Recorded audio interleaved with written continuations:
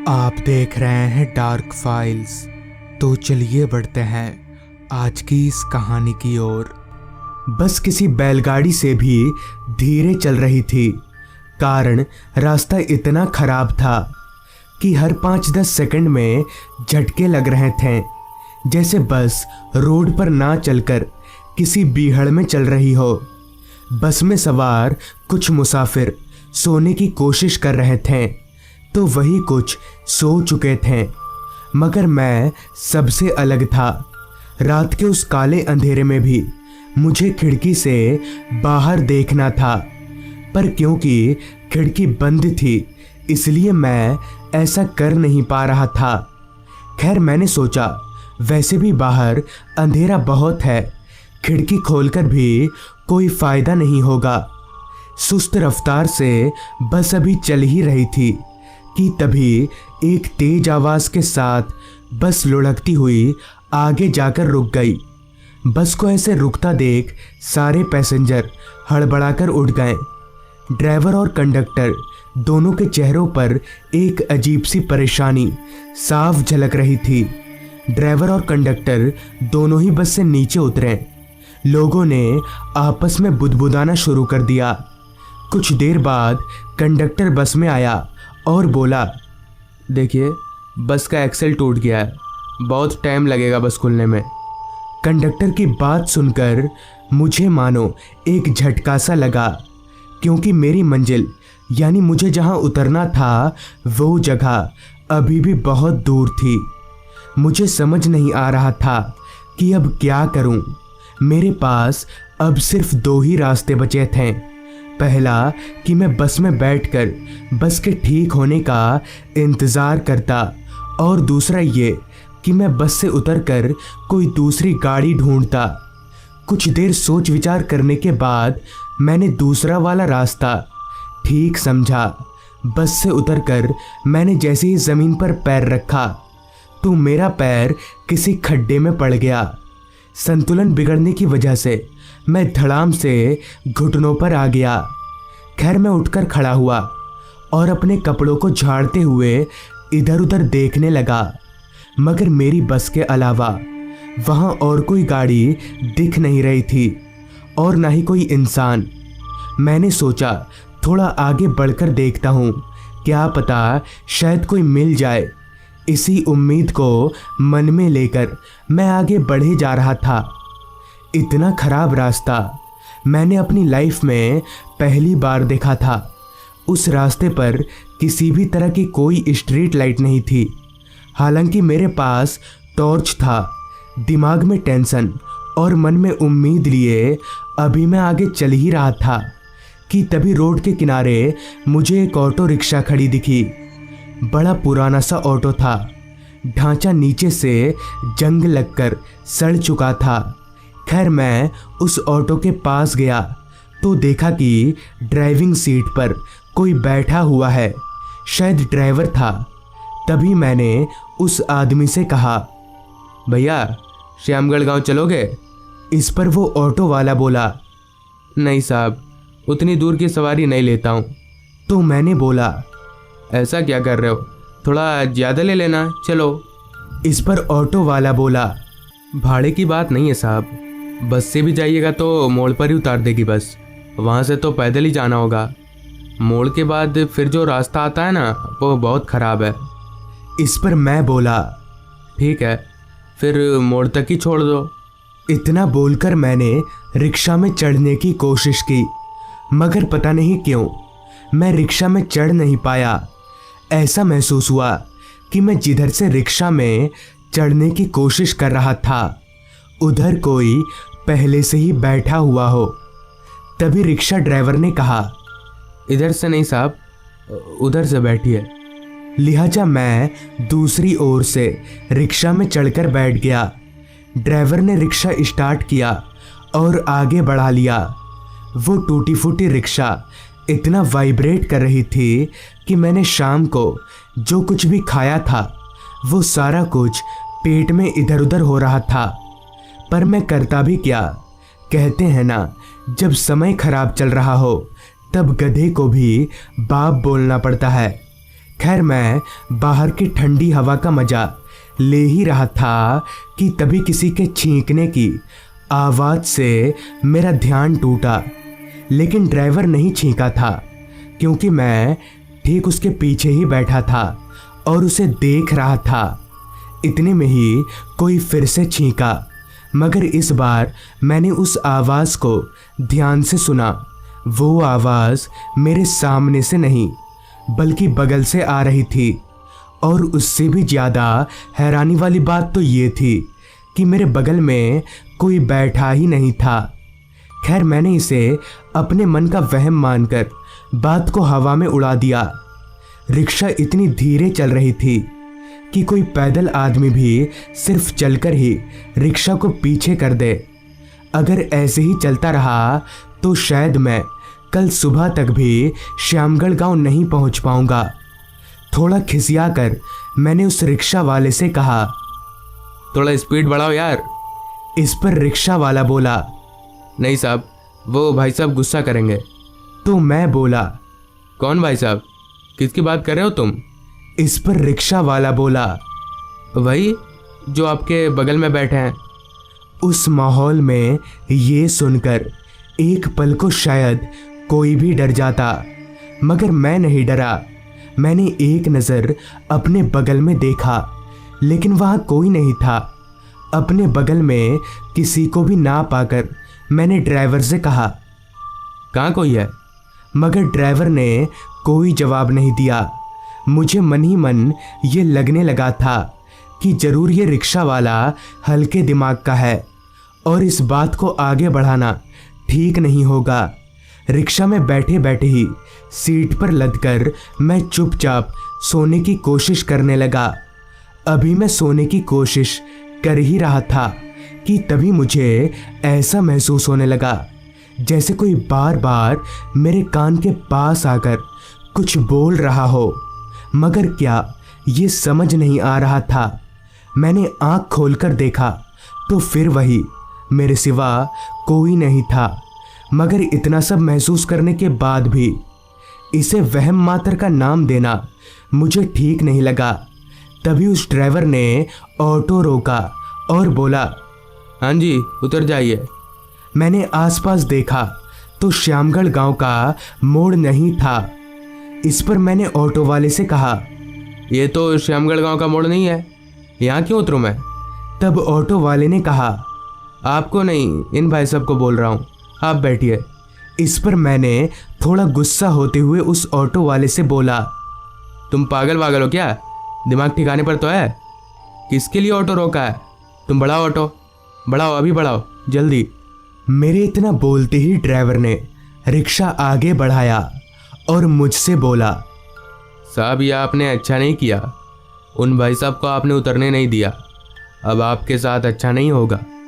तो मैंने बोला, हाँ ठीक है, मैं देख लूँगा तुम्हारे भाई साहब को। शायद मेरी ये बोलने की ही देरी थी कि तभी एक बर्फ से ठंडे हाथ ने पीछे से मेरा गर्दन पकड़ लिया। उस हाथ ने मेरा गर्दन इतनी जोर से पकड़ रखा था कि मैं अपना सिर 1 इंच भी इधर उधर नहीं कर पा रहा था। मगर इतना ठंडा हाथ आखिर है किसका?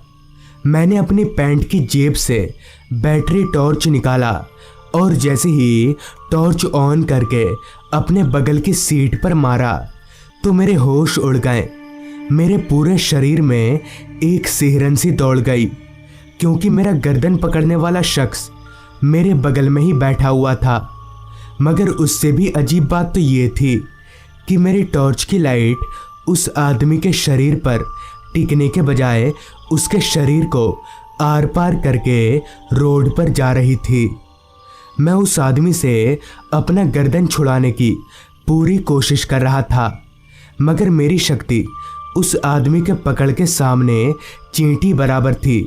मैं चाहकर भी कुछ नहीं कर पा रहा था। तभी ड्राइवर ने उस अनजान आदमी से कहा, भाई साहब छोड़ दीजिए ना, पहली बार है इसलिए शायद ऐसा होगा। ड्राइवर की बात सुनकर उस अनजान आदमी ने मुझे छोड़ दिया और पता नहीं मेरी आंखों के सामने से कहीं ओझल हो गया। मेरा गर्दन अभी भी दुख ही रहा था। इतने में ही उस ऑटो ड्राइवर ने बोला, देखा साहब, कहा था ना आपके साथ अच्छा नहीं होगा। तो इस पर मैंने बोला, पर वो था कौन और ऐसे गायब कैसे हो गया? तब ऑटो ड्राइवर ने बताया, साहब वो क्या है कि मेरी गाड़ी में जिंदा इंसान से ज़्यादा लाशें बैठती हैं। मतलब मैं हॉस्पिटल से या कहीं से भी लाश ले जाने ले आने का काम करता हूँ, और उन्हीं लाशों की आत्मा रात में मेरी ऑटो में चढ़कर बैठ जाती है। ये तो अच्छा हुआ कि वो आत्मा उतनी जिद्दी नहीं थी, वरना आज आपकी लाश भी मुझे श्यामगढ़ गांव पहुंचानी पड़ती। खैर छोड़िए, अब सब ठीक है। फिर मैंने उस आदमी का आभार जताते हुए उसका नाम पूछा तो उसने अपना नाम संजीत बताया। कुछ ही देर में मेरा गांव आ गया। मैंने संजीत को पैसे दिए और सीधे उस मोड़ से अपने घर चलकर गया। घर वाले मुझे देखकर काफ़ी खुश हुए, जिसके साथ ही पापा ने पूछा, पर बेटा तू मोड़ से यहाँ पैदल आ गया और तुझे इतना वक्त क्यों लगा? जिस पर मैंने पापा को बस खराब होने से लेकर यहाँ किस हालत में पहुँचा सब कुछ खुलकर बता दिया। तो सारी बात सुनकर पापा ने कहा, क्या संजीत? एक संजीत तो हमारे गांव का था, बेचारा लाश ढोता था अपनी ऑटो में। एक दिन ऑटो लेकर खादान में गिर गया, बेचारे की लाश भी नहीं मिली।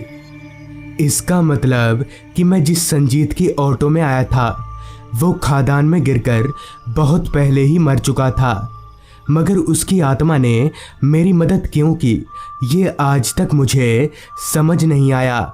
तो दोस्तों, ये थी आज की कहानी। अगर आपके पास भी ऐसी ही कोई कहानियाँ हैं तो हमारे साथ ज़रूर शेयर करें। तो मैं आर्यन जल्द ही मिलूँगा आपसे ऐसी ही एक कहानी के साथ। ये बात थोड़ी पुरानी ज़रूर है, मगर आज भी जब कभी मैं इस घटना को याद करता हूँ तो मेरी रूहें कांपने लगती है। दरअसल आज से कुछ साल पहले मैं बस ड्राइवर था, हालांकि अभी भी हूँ, मगर तब मैं एक प्राइवेट कंपनी की बस चलाया करता था। काम ये था कि उस कंपनी में काम करने वाले सारे वर्कर्स को उनके घर से ले आना और काम खत्म होने के बाद घर छोड़ने जाना पड़ता था। मुझे अच्छे से याद है, काम पर वो मेरा पहला दिन था और साथ ही मेरे दोस्त नितिन का भी। वो भी मेरे ही साथ बस में क्लीनर के तौर पर काम पर जुड़ा था। हमारा सारा दिन अच्छे से ही बीता। हालांकि काम सारे दिन का नहीं था, मगर उतना आसान भी नहीं था, क्योंकि कंपनी का कोई स्टाफ 2 किलोमीटर की दूरी पर रहता था तो कोई 20 किलोमीटर की दूरी पर।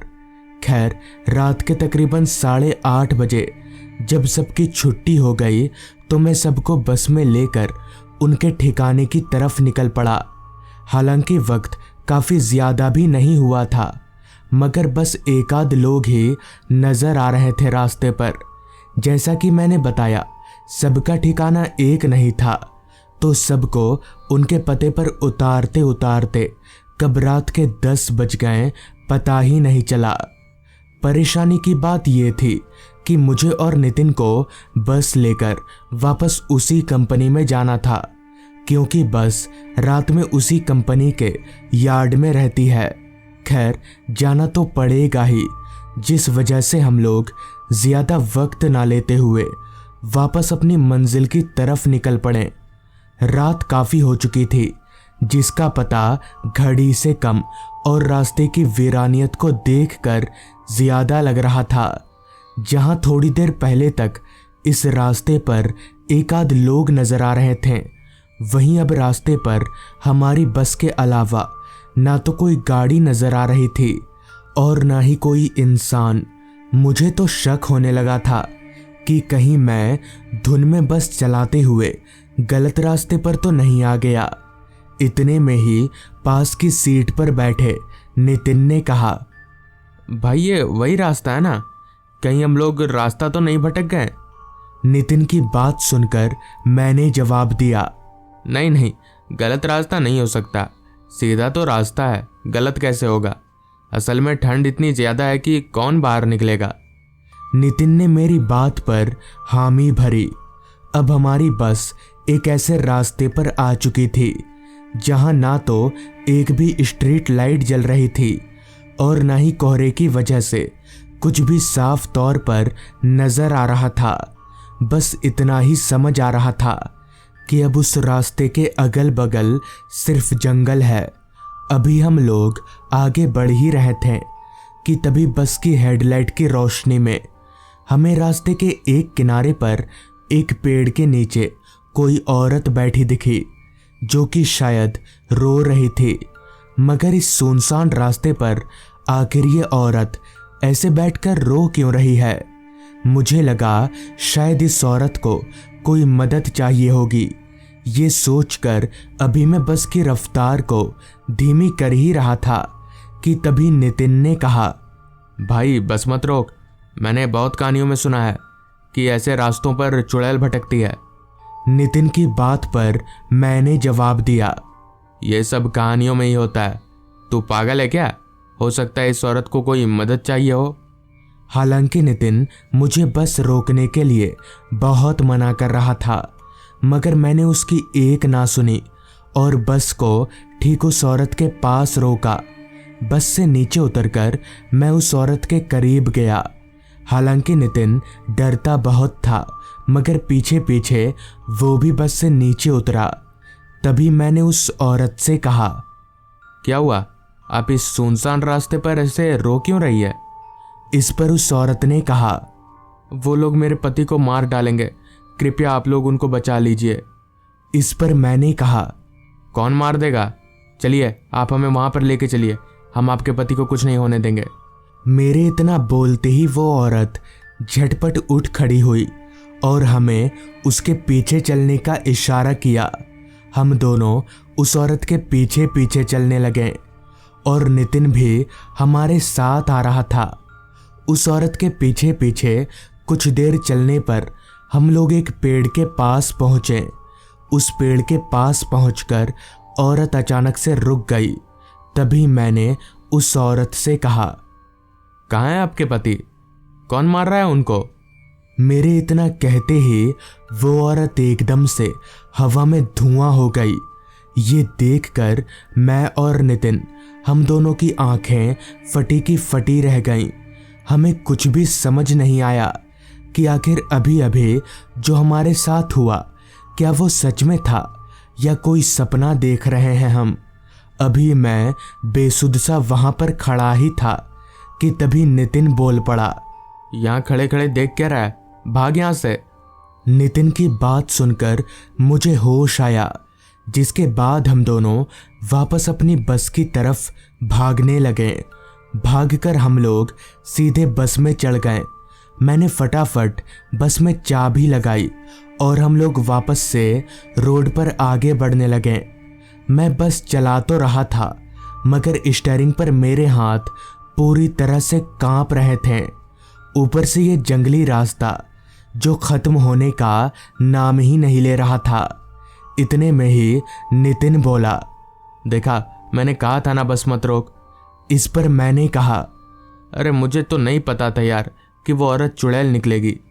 अभी मैंने इतना कहा ही था कि तभी तेजी से चल रही हमारी बस रास्ते पर अचानक से बंद पड़ गई। बस को ऐसे अचानक से बंद होता देख मैं और नितिन, हम दोनों और भी ज्यादा घबरा गए। मैंने फटाफट 3-4 बार बस की चाबी घुमाई, मगर बस ने तो जैसे स्टार्ट ना होने की कसम खा रखी थी। तभी मैंने नितिन से कहा, नीचे उतरना पड़ेगा, बस चालू नहीं हो रही। जिस पर नितिन बोला, पर यहाँ बस से नीचे उतरना सही रहेगा? तो मैंने कहा, पर हम लोग ऐसे यहाँ कब तक रहेंगे? देखना भी तो पड़ेगा कि आखिर दिक्कत क्या है। ये सब बात करके अभी हम दोनों बस से नीचे उतरने जा ही रहे थे कि तभी मेरी नज़र बस के सामने की तरफ गई। तो मैंने वहाँ जो देखा वो देखकर मेरे होश उड़ गए, क्योंकि अब बस के सामने बहुत सारे लोग आ चुके थे। उन सभी लोगों का चेहरा इतना डरावना था कि वो किसी इंसान की तरह तो बिल्कुल भी नहीं लग रहे थे। वो लोग धीरे धीरे चलते हुए बस के दरवाजे की तरफ आ रहे थे। मैंने भागकर दरवाज़ा बंद करना चाहा, मगर मेरे पैर अपनी जगह से हिल ही नहीं रहे थे, जैसे किसी ने मेरे पैरों को पीछे से पकड़ रखा हो। और शायद यही हाल नितिन का भी था। वो भयानक चेहरे वाले लोग लगातार बस के दरवाजे की ओर बढ़े आ रहे थे। हमें समझ आ गया था कि अब हमारा बचना नामुमकिन है, मगर तभी पता नहीं कहां से बस के दरवाजे पर वही औरत आकर खड़ी हो गई जो कुछ देर पहले हमें जंगल में ले जाकर गायब हो गई थी। उस औरत के दरवाजे पर आते ही वो सारे भयानक चेहरे वाले लोग एकदम से गायब हो गए। उनके गायब होते ही उस औरत ने एक दफ़ा मुस्कुराते हुए मेरी ओर देखा और फिर दूसरी बार हवा में धुआं हो गई, जिसके बाद हम दोनों भी अपने आप को आज़ाद महसूस करने लगे। मैं दौड़कर बस की ड्राइविंग सीट पर गया और बस को चालू करने की कोशिश करने लगा। और अजीब बात तो ये थी कि बस एक बार में ही चालू हो गई। फिर हमने जो बस भगाना शुरू किया, सीधे कंपनी के ऑफिस में ही पहुंचे। कुछ दिनों तक हमने इस घटना का जिक्र लोगों से किया ही नहीं।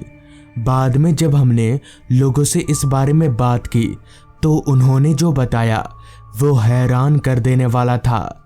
दरअसल वो औरत और उसका पति एक बार उस जंगल के रास्ते से कहीं जा रहे थे। तभी कुछ गुंडों ने दुश्मनी से उसके पति को एक पेड़ पर बांधकर मार डाला। वो औरत रोड पर आकर चीखती रही, मगर किसी ने भी उसकी मदद नहीं की। आखिर में उस औरत ने भी दम तोड़ दिया। कहते हैं कि तभी से वो औरत उस रास्ते से गुजरने वालों से रात में मदद मांगती है। जो मदद के लिए तैयार हो जाता है उसे तो वो कुछ नहीं करती, लेकिन जो मदद नहीं करता उसके साथ बहुत बुरा होता है। मतलब वो औरत उन्हें मार डालती है। और वो लोग जिन्होंने हमारी बस रुकवाई थी वो वही लोग थे जो उस औरत के चंगुल में आकर मरे हैं। ये सब सुनकर मैंने अपने आप को खुशनसीब माना कि उस रात मैंने उस औरत की मदद की, वरना अगर मैं नितिन की बात मानता तो पता नहीं उस रात क्या हो जाता। तो दोस्तों, ये थी आज की कहानी। अगर आपको ये कहानी पसंद आई हो तो चैनल को ज़रूर सब्सक्राइब कर लें। तो मैं आपका दोस्त आर्यन जल्द ही मिलूँगा आपसे ऐसी ही एक कहानी के साथ।